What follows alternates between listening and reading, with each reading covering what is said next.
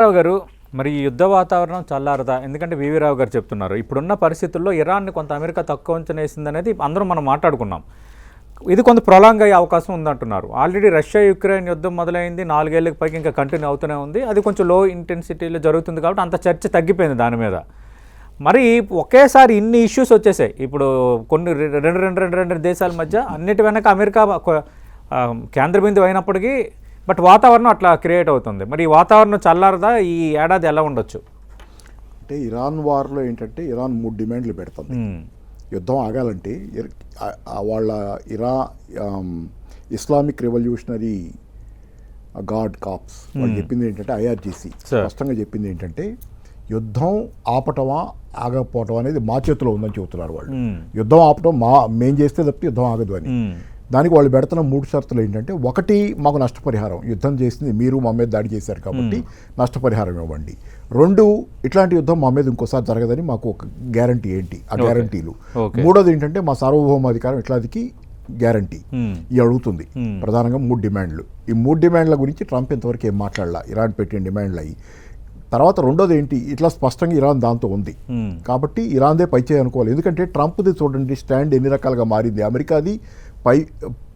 అమెరికాది ఓటమి దిశగా ఉంది అనేదానికి తార్కాణాలు. 1 హోర్ముజ్ జలసంధి విషయంలో దానిలోంచి నౌకలు, అది మూసేసిన ఇరాను హోర్ముజ్ జలసంధిని నౌకల్ని మేము ఎస్కార్ట్ ఇచ్చి తీసుకెళ్తామని చెప్పి అమెరికా చెప్పింది. దాని విషయంలో మళ్ళీ మాట మార్చి వెనక్కి వెళ్ళింది. తర్వాత 3వ దశలో ఏం చేసింది, చైనా, ఫ్రాన్సు, యూకే వీళ్ళందరూ కలిసి వస్తే అంట, జపాన్ వీళ్ళంతా కలిసి వస్తే హోర్ముజ్ జలసంధిలోంచి వాళ్ళని తీసుకెళ్తుందంట. నవ్వుల పాలయ్యే పని తప్పితే అది ఇంకోటి కాదు. పతనం, ఓటమి అనేది స్పష్టంగా ట్రంప్ మాటల్లో కనపడుతుంది. 2వది ఏమంటాడు ట్రంప్, యుద్ధం ఆపటం నా చేతిలో ఉందంటాడు. ఎందుకంటున్నాడంటే అనివార్యంగా రేపు పొద్దున ఓటమిని అంగీకరించాల్సిన పరిస్థితి, ఓటమిలోకి మరింతగా కూరుకునే స్థితి వస్తే యుద్ధం ఆపేసి నేను గెలిచాను కాబట్టి నా టార్గెట్లు అయిపోయినాయి కాబట్టి ఆపానంటాడు. ఎందుకంటే ఇరాన్ ఆపేటట్లు లేదు. సో ఓవరాల్గా ఏంటంటే ఇది చాలా అమెరికా పోయి ఒక ట్రాప్లో పడింది, ఇరాన్ ట్రాప్లో పడింది. ఇరాన్ ట్రాప్లో అది ప్రొలాంగ్ అయిన కొద్ది యుద్ధం. ఎందుకంటే ఇరాన్కి ఏమో తప్పదు, ఇరాన్కి ఈ పీడ వదిలించుకోవాలి. ఎల్లకాలం శాశ్వతంగా ఈ నిరంతర యుద్ధ భయంతో బతుకుతున్న ఇరానియన్లు. ఓ పక్క ఇజ్రాయెల్ నిరంతరం కాల్దువుద్ది, అణ్వాయుధాల పేరు మీద ఇది చేస్తారు, అణ్వాయుధాలు లేవు అక్కడ, ఇంత చేసి అందరికీ తెలిసింది. సో ఓవరాల్గా ఇది యుద్ధంతో తేల్చుకోవాలని నిర్ణయించుకుంది. బహుశా నాకు అర్థమైనంతలో ఇరాను ఈ యుద్ధంతో తేల్చేసుకోవాలి, అటో ఇటో తేల్చుకోవాలని నిర్ణయించుకుని పోరాడుతుంది. సో దానికి వ్యూహాలు కూడా కొత్తగా చాలా నేర్చుకుంది. బిహేడింగ్ ద లీడర్షిప్ అనేది ఇజ్రాయెల్ పాలసీ. ప్రపంచంలో చాలా దేశాలు నేర్చుకున్నాయి. ఒక ఉద్యమం మీద కానీ ఒక దేశం మీద కానీ పోరాడేటప్పుడు నాయకత్వాన్ని తొలగించేస్తే మిగతాది ఇదే వ్యూహం ఇరాన్ విషయంలో వాళ్ళు అంచెలంచెల వ్యవస్థను ఏర్పరచుకున్నారు. 31 రాష్ట్రాల్లాగా ఉన్నాయి. 31 రాష్ట్రాలు డీసెంట్రలైజ్డ్ ఫైట్ ఇస్తున్నాయి. కాబట్టి దాన్ని ఇప్పుడు ఆపడం అనేది సాధ్యం కాదు. ఇరాన్లో మీరు గెలవరు, పాలనను మార్చలేరు, ప్రభుత్వాన్ని మార్చలేరు అని సిఐఏ స్వయంగా చెప్పింది. కాబట్టి అది ఇక్కడ ప్రభుత్వం మారదు. నిన్న అమెరికా ఉగ్రవాద నిరోధక కేంద్రం డైరెక్టర్ జో కెంట్ కామెంట్స్ కూడా మనం అదే ఇజ్రాయెల్ కోసమే ఇరాన్ పై యుద్ధం చేయాల్సి వచ్చింది, కానీ ఇరాన్ తో యుద్ధం చేయడం అంటే టార్గెట్ చేయొచ్చు. బాగుంది, నాకు నచ్చింది ఆయన చెప్పింది, బాగుంది. కానీ 15 రోజుల తర్వాత ఆయనకి జ్ఞానోదయం ఎందుకైంది అనేది, ఓడిపోతున్నాం అని అర్థమై జ్ఞానోదయం అయిందా, ఏం పతనం. 15 రోజులు ఆయన రిజైన్ చేయించడుగా, తనకు అవమానం కదా అది. జోకెంట్కి 15 రోజుల తర్వాత జ్ఞానోదయం ఎందుకైంది? యుద్ధం మొదటి నుంచి అన్యాయం. అది మొదటి 5-6 రోజుల్లోనే ఇది దీర్ఘకాలికం సాగే 4 వారాలు కాదు, ఎన్ని వారాలు సాగుద్దని వచ్చింది. ఇంత జరిగిన తర్వాత నిన్న పైగా ఇజ్రాయెల్ దళాలు national security chief of Iran చంపేసినాయి ఆయన్ని. అంటే ఒక రకమైన విజయం అని వీళ్ళు గర్వంగా చెప్పుకుంటున్న దశలో అదే టైంలో జోకెంట్ ఎందుకు రిజైన్ చేశాడు అంటే, అయ్యాలి విజయాలు కాదు. ఇజ్రాయెల్ చెప్పినట్టు మేము చంపాము పైసా ఖర్చు లేకుండా చెప్పింది విజయం కాదు.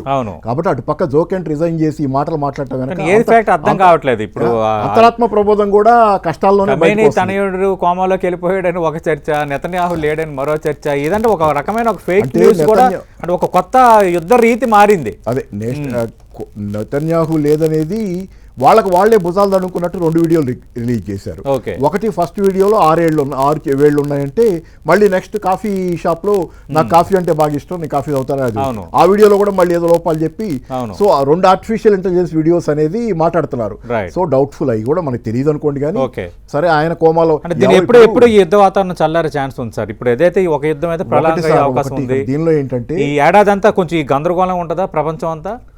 అంటే ఒక చైనా ఒక మాట అంది, అది కూడా ఒకటి చూడాల్సింది.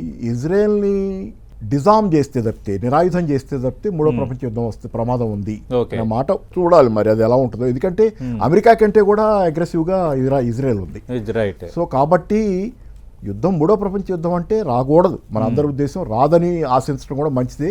కానీ ఏంటంటే అంటే ఇక్కడ మీకేమవుతుంది, అమెరికా ఇప్పుడు ఇరాన్లో ప్రభుత్వాన్ని కూల్చేస్తాం లేకపోతే ఇట్లాంటివి మాట్లాడుతున్నారు.